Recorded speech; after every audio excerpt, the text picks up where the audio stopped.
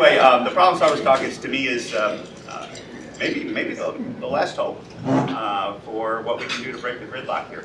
And as a voting bloc now, we've gone to Problem Solvers Caucus 2.0, where we weeded out the folks that were just talking the talk. We had some members previously that would come, and maybe not even come, but back in their district, all of a sudden they were the Problem Solver members of the year under campaigns. And I'm like, wow, I never saw you at any of the coffees. But at the end of the day, what we did is weeded it down to get members who want to not just talk the talk, but walk the walk. And we implemented in our bylaws the amendments to get a voting bloc put together. When we get to a consensus position, we've locked arms with each other and we'll say we'll vote together. And I will tell you, as we've learned from our friends in the Freedom Caucus, give them the credit that's due them. When they vote as a bloc, they can influence this place.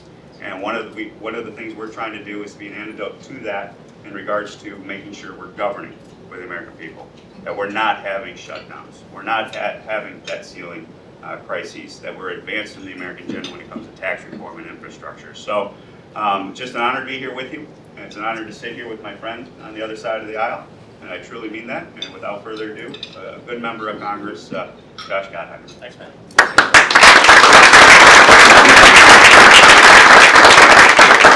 Still warm inside. So I'm brand new. I've only been here 6+ months, but I will tell you, I ran for Congress for the same reason I'm sure Tom originally ran, to actually do things. And I, like most of us, are sick and tired of people coming here and obstructing for the sake of it and not really trying to get things done. And I fundamentally believe that people hire you and they vote for you and they expect you to do a job. And there's things that need to get done for the country, whether it's tax reform or infrastructure that Tom was talking about, regular reform. There are other areas that I know we can find lots of common ground on. And so when I got together with Tom, we were looking at the Problem Solvers Caucus, which existed, but as Tom said, it was more of an eating club than an action club. And it was good because you had people talking to each other, meeting each other, which I think is very important in this day and age. But it wasn't really around, as Tom always says, getting the yes and finding areas where we can actually agree on things versus disagree and take positions and hopefully really influence that middle, bring people together around some 80% solutions and where we can move the ball forward.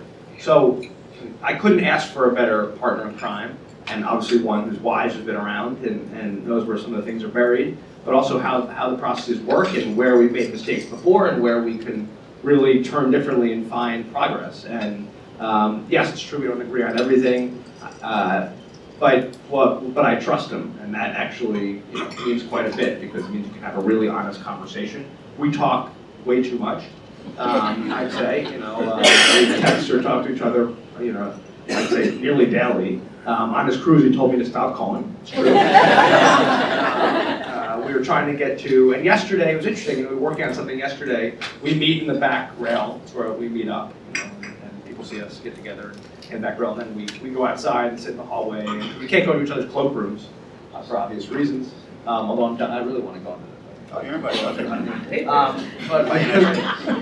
the cloakroom, and we were sitting in the hallway just working on something together and going over language and saying, yeah, I can't get this, can you get this? And I was thinking the whole time, this is exactly, we were doing the same thing a couple days ago, we were just talking about language, and I was saying, well, you think we could do this, and how would you think people would react, and give me an idea here. And I was thinking, this is exactly what people want you to do, right? They actually want us to figure things out, not get everything you want, but figure it out and move forward. Because the bottom line is we do have to fix our infrastructure in our country. We do need tax reform. These are basic things that we have to get done that people want us to do.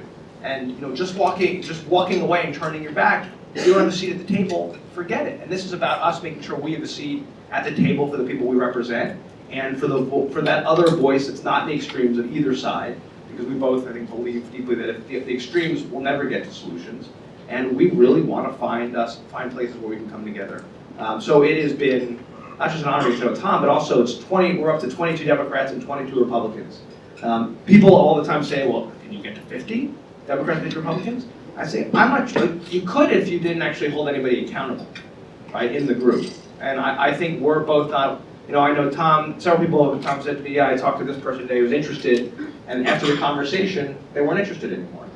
because I think Tom said to them, this is real. You have to actually be in. We're going to vote together. Are you willing to not just pay dues, but are you willing to not go into other districts and people in the caucus and campaign against them? Because we won't do that. We will not go in. We take, as part of our bylaws, we don't go in other districts of other members. Because how are you supposed to trust somebody and look at them if you suddenly show up in their district and campaign against them and write checks against them?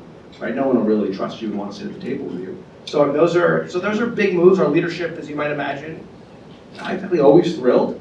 But that's okay, because this is about, it's not necessarily about what's best for some national organizations. It's what's best for getting things done for people at home and for what we believe is right. So it has been a huge honor, and it is the best thing I do by far since I'm here.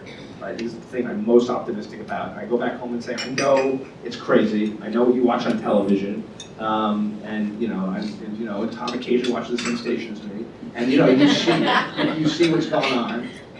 And I think, don't fret completely. There is hope for a better way of doing this, and we're working on it.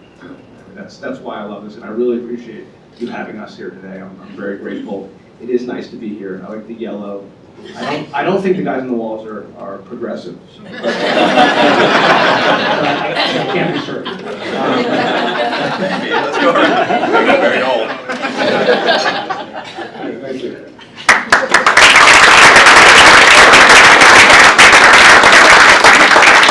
John Hassman, you did such a great job. You can either have the first or the last question. I'll do the first. All right, please. Thank you for being here, obviously. And but you mentioned a little bit about leadership, which is great that you're trying. It's great that you're working with your leadership. One of my questions is, how are they really reacting to that, and do you have that seat at the table yet? And then what's the reaction, or have you been engaging with the administration of the White House? And then finally, you've been all over the news, in the Wall Street Journal, New York Times. You made a big splash here, but what can we do to help you solve problems as well? Like your agenda, how can we be helpful? Well, I appreciate that, John. Maybe I'll take a stab at it. You got 3 questions, Jim. Sorry, I'm the chair. I get that. I'm going to give you the pen. No, John, I appreciate that. The leadership, we've met with both leaderships. We had the caucus up, met with Paul in the Speaker's office. It was supposed to be a 15-minute meeting. Ended up being about an hour, a little over an hour. And what we got into in the conversation was very insightful to me, because as I've gotten to know the Speaker and spending time with him on the committee over the years, I can tell when he's engaged. I can tell when he's doing what he has to do and moving on to the next meeting. And when he got into detailed discussion about tax reform with some of our members on the other side about, policy and border just consumption versus income and all that stuff, that showed me that there was a sincere respect for what we were trying to do, and that he was trying to gauge us, and he gauged us in the sense of these are serious legislators that want to get things done. And I think, and I won't speak for him on that, I think what we represent is an alternative path too. I mean, he's got his own problems with our own internal division within the conference. That's obvious. It's out there. It's open, and it's something that I think you can either live in denial or you can take it head on. And I think what we offer to them is a potential alternative path than going further to the extreme, maybe to the center in regards to governing. When it comes to things like the debt ceiling, budget situation, government shutdown, but also an opportunity if and when the partisan path that they're on now, for example, on tax reform. I'm of the humble opinion, I'm in the minority position on that. Company man, if it can get done, I'm with you 100%. We're going to get tax reform. It needs to get taken care of. But if it doesn't, that doesn't mean we abandon the effort. And bipartisanship, to me, is the better path. It sustains time. It's something that the country then can have an opportunity to embrace in the sense of complete division on partisan policy. We've seen the results of that under the Affordable Care Act. So I think the leadership, and we met with Nancy Pelosi, she did not throw us out of the room. She was respectful, and she engaged in the conversation in a positive way. But it's a threat. It's a threat in the sense of we are sticking our heads up and providing something that maybe could be concerning to them from a leverage perspective as to their position at the table. Administration, being one of the first to endorse the president, knowing him very well, knowing the team very well, and knowing the fact that, let's be honest, I mean, he wants to get things done. He is a deal maker. He wants to cut a deal. And I think he's going through the process of, trying to deal with maybe some of our friends in the conference that continuously move the goalpost once a deal is reached. And I think at some point in time, there will be a recognition that, for the sake of the country, we got to cut these deals. And the people that are going to be there in the room have already been invited to the room. Won't speak for Josh. Maybe he can give you some details on that. But I know the president is welcoming Democratic members down at the White House. And those members are the members such as us in the caucus who have demonstrated a commitment to advancing the agenda for America. And just as an example, when Steve Mnuchin became the Treasury Secretary, the first group of members he came up to see was us as the Problem Solvers Caucus. And he's been there twice. So I think there's a sincere look at us in the sense of, you guys are real and you're sincere. We want to work with you and embrace it. I think you covered it well. I would just add that, and that is key. The key is to let people know it's okay to do this, and it's okay to step out, and we'll have your back. And I think that's very, very important for people in this room. And the more you influence people to say, hey, this is what I think what people want at home, and in Washington, right? This is really what people want. So the more I think you say that to them, the better. And it is really, we are engaging across the spectrum, right? In the administration, which is not always enormously popular, but with everybody in my party, as you might imagine, when you sit down with the administration, or down with some Republicans, or right with the speaker. But the bottom line is, how else are you going to get anything done? Right? You have to be willing to engage and have the conversation. And if you don't have a seat at the table, then you can't be upset if what comes out isn't exactly what you wanted. If you're not actually putting your voice into it. And so we'll keep doing it, and I think that's the way we're seeing Gary Cohn. Is it next week? I think hopefully I think of that next week or the week after. I think we're seeing right. Our is coming soon, right? And we're continuing to engage that way. So I think that's hopefully that's what our plan will be going forward. Okay. Hi, I'm Linda Evans from IBM, great state of New York, and we're in New Jersey as well. I know. Thank you. So I was wondering, you mentioned tax reform. So Mark Meadows has talked about a 16% corporate rate. I know it's premature, but do you guys plan to put out your own plan, tax reform plan, corporate in particular? Well, where we are is we're going through the process. We took a state where we got consensus to say that our position would be, and understand what we try to do. We don't organize to get to no. We organize to get to yes. And so what essentially we take a position on is say that if you do this, we can stand with you in regards to voting yes and supporting it. And so, the position we took was tie tax reform with infrastructure. Obviously, right now, the play is not to do that. It's a partisan play that they're doing, and in order to get to infrastructure, you got to get 60 votes in the Senate, so there's no way to tie the two together.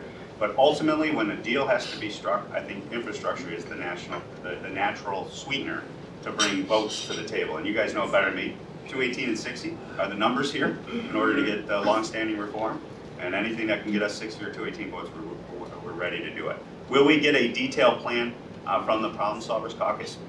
I'm not of that mindset that we're going to draft legislatively. I mean, being on the committee, we're there in the room. We're doing that already from my perspective, from my individual perspective.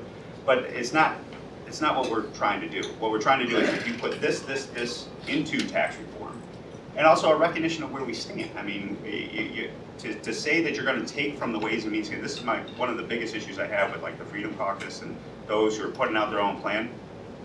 You are stepping in the expertise, some members 10, 15 years worth of service, and thinking all of a sudden, I haven't even been dealing with these issues except for the last 60 days, so here's my plan. And then all of a sudden the conference is going to go with that. And it's really offensive to a lot of members. And we saw that in the healthcare debate. So I don't think that's the way to approach it. I think it's more of these positions, this type of area, will be there with you if you honor this 70% vote. And just adding to that, I think one thing Tom and I both did early on was ask our members who are part of the caucus, what's your top priority, right? What matters, what's sort of a deal breaker, what's most important for you? And by doing that, if hopefully as part of getting the yes, because there are, as Tom said, there are a lot of plans coming out. The administration has their version, of course. the Senate, the House, they each have their versions. The key is, and then we know what's most important to our members, so if we're trying to help get to yes and bring the votes in, when we can sit down and be part of that conversation, we can know what matters most, and that will help us, I think, be part of picking and helping with the right compromise in the end, and versus starting from the beginning and going through that whole process, right? Because there obviously are several drafts going on, so why not be part of that and help shape it and push it in a certain direction?